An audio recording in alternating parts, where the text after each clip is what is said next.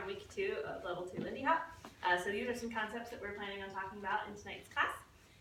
So the first thing that we're going to talk about is the concept of having a staggered stance in our Lindy Hop. And what that means, if I turn my body to the side here, is that kind of my default position is not like this. It's more with one foot slightly in front of the other. As a follow, it's usually kind of my right foot. For leads, it's usually my left foot is slightly forward. Right, and that means that when we start our dance, rock, step, triple, triple, that foot tends to live in front of the other foot. Now, obviously, there are exceptions to this rule, but getting used to allowing yourself to have a slightly staggered stance where one foot is slightly in front of the other versus always trying to bring your feet to like equal signs where they're directly next to each other. Right, and I've heard this described as sort of like a check mark. Check mark, that's another good one. And so we identified a couple places within our swing out where that's very useful.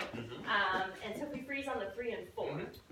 1, 2, 3, and 4. I have a very determined staggered stance in the 3 and 4 as a follow. And I also have a bit of stagger here. And that is what allows me, when he sends me all the way through, 5, 6, 7, 8. to continue to move versus being stuck there on this little equal sign. And then also on that 7 and 8, that last triple step, I tend to have a bit of a staggered step Right, as well. so that we triple backwards like that, and then this foot is so ready to take our rock step. So just some nerdy dance things, things that a lot of people will do intuitively because it's simply more comfortable, but that if you find that you're not being mobile in your triples, that might be something to look at. Then we're going to play around with some various mobility exercises where we're going to utilize that staggered stance. And we're going to stutter our triples. So we're going to go rock, step, trip, trip, trip, trip, trip, trip, like forever across the floor. So you can practice moving in this staggered way. I'm going to come at you, right? So we were going to go rock, step, trip, trip, trip, trip, trip, but to get used to moving sideways, right? While doing that kind of ball change motion that we use in our triple steps. And we'll also move them in all various different directions.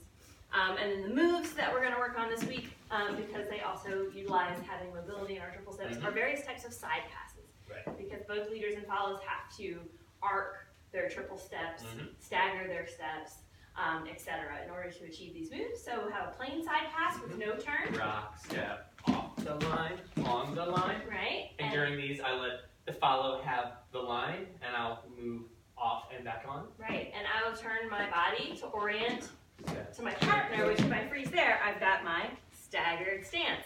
And then we're also going to do a follows inside turn with a side pass. Rock, step, triple, triple. Right? And then we're also going to do a leader's turn with a side pass. Rock, step, triple, triple. Right? And we're working on the finer points of those because we know that most of you have also learned those in a beginner level class.